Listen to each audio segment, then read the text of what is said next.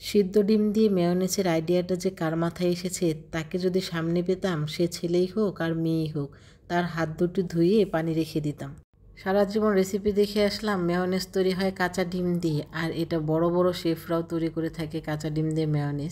অনেক বড় বড় শেফদের ভিডিওতেও দেখেছি তারা কাঁচা ডিম দিয়েই মেয়োনেজ তৈরি করে। হঠাৎ করে যে কার মাথায় এই বুদ্ধিটা উদয় হলো সিদ্ধ ডিম দিয়ে মেয়োনেজ। কাঁচা ডিমের জন্য অনেকেই মেয়োনেজ খেতে পছন্দ করে না, তবে এই সিদ্ধ ডিমের মেয়োনেজটা এত মজা হয়ে থাকে, আমি যদি আসলে তৈরি না করতাম তাহলে আমি নিজেও জানতাম না। তাই সিদ্ধ ডিমের মেয়োনেজের রেসিপিটা আপনাদের সাথে শেয়ার করছি। প্রথমে লাগবে হচ্ছে সিদ্ধ ডিম। আপনি ডিমের পরিমাণ 1টা 2টা 3টা আপনার ইচ্ছা মতো নিতে পারেন, তবে আমি আজকে একটা ডিমের মেয়োনেজ তৈরি করে দেখাচ্ছি। একটা সিদ্ধ ডিম দিয়ে দিয়েছি, এর মধ্যে দিয়ে দিলাম 1 চা চামচ সাদা গোলমরিচের গুঁড়া, আর দিয়ে দিচ্ছি 15 ml তেল। আপনি যে কোনো তেল নিতে পারেন, চাইলে অলিভ অয়েল অথবা সয়াবিন তেল, যে কোনোটা নিলেই হবে। এই মেয়োনেজটাতে তেলের পরিমাণও কিন্তু খুবই কম লাগে। কাঁচা ডিম দিয়ে যে মেয়োনেজ তৈরি করা হয় সেখানে কিন্তু একটা ডিমের জন্য 1 কাপ তেল দেওয়া হয়। এরপরে দিয়ে দিলাম 1 টেবিল চামচ গুঁড়া দুধ। প্রসেসটা সব কিন্তু কাঁচা ডিমের মতোই, কিন্তু শুধু এখানে কাঁচা ডিমের পরিবর্তে সিদ্ধ ডিমটা ব্যবহার করা হয়।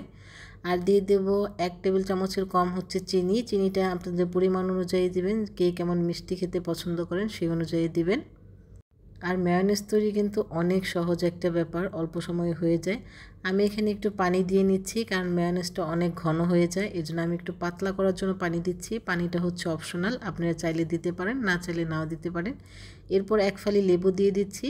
লেবুর রস দিচ্ছি 1 চা চামচের মতো। আপনারা চাইলে লেবুর রসের পরিবর্তে ভিনেগার ইউজ করতে পারেন, যার যেটা ইচ্ছে। আবারও বলছি, পানিটা হচ্ছে অপশনাল। আমি 2 চামচের মতো পানি দিয়েছি, আমি একটু পাতলা করার জন্য পানিটা দিয়েছি। যারা ঘন খেতে পছন্দ করেন মেয়োনেজ, তারা পানি দিবেন না, পানিটা অ্যাভয়েড করে যাবেন। এরপর এই সবগুলোকে ব্লেন্ডারে জারে নিয়ে ব্লেন্ড করে নিচ্ছি। ব্লেন্ড করে নিলেই কিন্তু মেয়োনেজ রেডি।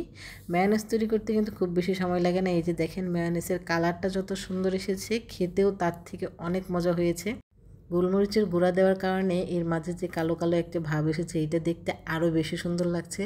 সত্যি মেয়োনেজটা যে এত মজা হয়েছিল, সিদ্ধ ডিম দিয়েও যে এত সুন্দর মেয়োনেজ হয় এটা আসলে আগে জানা ছিল না। যে লোকে এই ভিডিওটা আসলে তৈরি করেছে তাকে খুঁজে বের করা দরকার, তাকে একটু সালাম করে নিতাম। ও আচ্ছা, দাঁড়ান দাঁড়ান, মেয়োনেজের ভিতরে যে 3-4 কোয়া রসুন দিয়েছি সেটা আমি বলতেও ভুলে গিয়েছি, আর ভিডিওতে স্কিপ হয়ে গিয়েছে।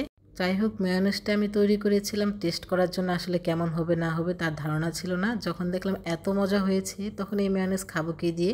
তাই ছেলের বাবা বলল সহজের মধ্যে কিছু একটা করো, তাই ফ্রেঞ্চ ফ্রাই তৈরি করে নিলাম। ফ্রেঞ্চ ফ্রাই তৈরি করা খুবই ইজি আর অল্প সময়ে করা যায়। আমি কিভাবে ফ্রেঞ্চ ফ্রাই তৈরি করি সেই রেসিপি যদি আপনারা চান, অবশ্যই ভিডিওর কমেন্টে একটা কমেন্ট করে যেন আপনাদেরকে রেসিপি দেওয়ার ট্রাই করব।